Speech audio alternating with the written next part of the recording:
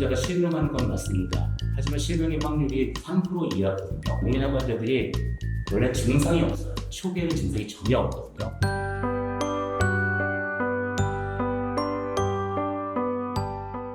안녕하세요. 저는 서울근로학과에서 동맥경 파트를 담당하고 있는 김학기라고 합니다.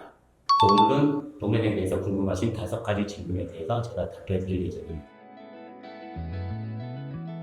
동맥경은 성인병이라고 생각하시면 됩니다. 혈압, 고혈압, 당뇨 같은 성인병이기 때문에 완치는 없고 저희가 조절을 해서 진행을 느리게 만드는 것이 즉 멈추게 하는 정도 아시고요.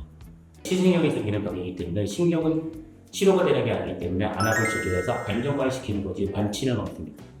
우리가 혈압이나 당뇨 치료가 약을 먹는 게 아니라 식이요법 운동인 것처럼 동맥약도 똑같습니다.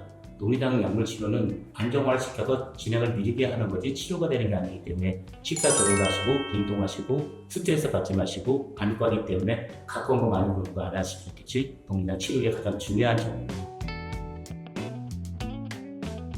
방금 전에 말한 것처럼 혈압, 당뇨와 같은 성인병의 일종이기 때문에 안약을 한번 사용하면 평생 모시는 게 원칙입니다. 하나, 혈압도 조절이 잘 되고 혈압약을 잠깐 중단할 수 있는 것들은 동맥약도 조절이 잘 되고 안정화가 된다면 중단하고 지켜볼 수는 있습니다. 하지만 완전히 끊는 것은 힘든 일입니다.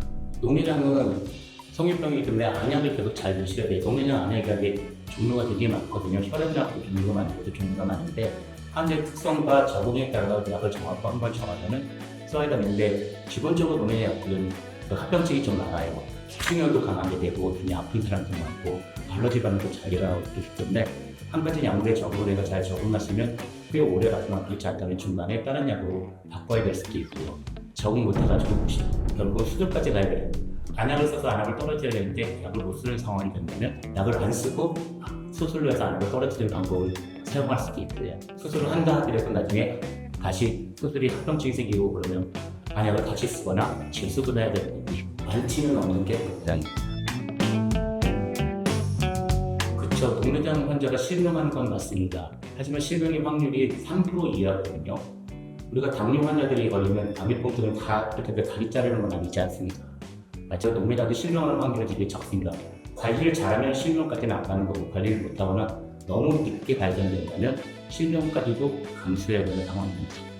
동맥약은 딴 것보다 오늘 안약이 제일 중요한데 약을 쓰는 환자들이 혈압약도 마찬가지로 병원에 오기 전에 일주일 전만 열심히 먹는 사람이 있거든요.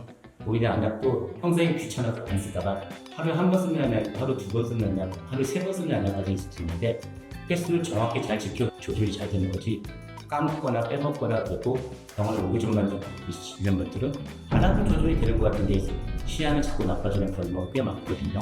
한 가지 추가할 거는 동일한 환자들이 원래 증상이 없어요. 초기에는 증상이 전혀 없거든요. 처음엔 없는데 신경이 좀 약해지고 시야가 좀 좁아지면은 어두워진다는 느낌을 갖고 있어요. 뭔가 어둡다는 조도가 떨어졌다는 그런 느낌을 받는 환자가 제일 많은데 그게 제일 먼저 느낄 수 있는 아마 증상인 것 같아요. 그 전에는 차이입니다. 그러니까 동맥약 걸렸다고 병원에 가서 제가 머리도 아프고 여기도 아프고 뭐 어지럽고 이게 다 동맥약인 것 같다고 보시는데 그런 증상은 사실 동맥약은 전혀 그거나 다른 증상들이 발생합니다. 동맥약은 우리나라 동맥약이나 한국 사람들이 특히 동맥약이 안압이 높지 않은 정상화나 동맥약이 많거든요. 최근 저희 쪽에는 혈류 저하 때문에 생기는 동맥약이라는 걸 많이 하고 있어요. 그래서 혈류가 떨어지는 문제, 혈류가 저하되는 일을 안 하셔야 돼요. 그게 스트레스 받지 마셔야 되고 운동할 때 유산소 운동을 해야 되는데 무게 운동 아시죠? 헬스장에서 여기도 힘쓰고 용 쓰는 거 그렇게 안 좋습니다. 거꾸리 같은 것도 안 좋고 요가나 필라테스 같은 것도 동맥약 환자들한테 좋지는 않습니다. 역시 혈압하고 연관이 같이 있기 때문에 혈압이 올라가셔야 안압도 같이 올라가기 때문에 식사 조절 같은 것도 혈압을 올리는 식사 같은 거 안 하시는 게 좋고요. 눈에 좋은 식사라는 건 우리 차원장님이 얘기하신 것처럼 여러 가지 있지만 특히 눈에 좋은 식단이라고 따로 없고 혈압을 안 올리는 음식이 제일 좋습니다. 제가 환자들에게 가장 얘기 많이 하는 게 몸편이 많은 이사시라고 하는 게 같은데 이게 제일 어려운 일이거든요. 스트레스도 안 받아야 되고 몸도 건강해야 되고 시골 가서 살아가는 분들도 많이 합니다. 도시에서 사는 게 힘들기 때문에 시골 가서 살라고 하고 제 환자 중에서 시골에 내려가서 사는 분들 꽤 많습니다. 가을 하리고 좀 나가고 전화기가 끊고 혈류증이 걸리면 스텐트란 걸 박잖아요. 그것도 완치되지 않은 것처럼 안암이 높아서 신경을 누르는 걸 억제하기 위해서 다른 길을 뚫어주는 수술이거든요. 농장 수술은 안압을 낮추는 수술이지 신경 자체를 치료하는 수술이 아니기 때문에 수술은 어쩔 수 없는 상황에 하는 거고 한다고 해서 좋아지는 건 아니고 안압만 떨어지는 겁니다. 또 한 가지 농내장이 두 가지 농내장이 있어요. 개방막과 폐쇄각 농내장이 있거든요. 대부분 90% 이상은 개방막인데 폐쇄각 농내장이라는 것은 여러 가지 이유로 이쪽 안압이 갑자기 올라가면서 두통과 이쪽 머리가 아프고 토하고 그래서 응급실에 실려가는 경우가 있거든요.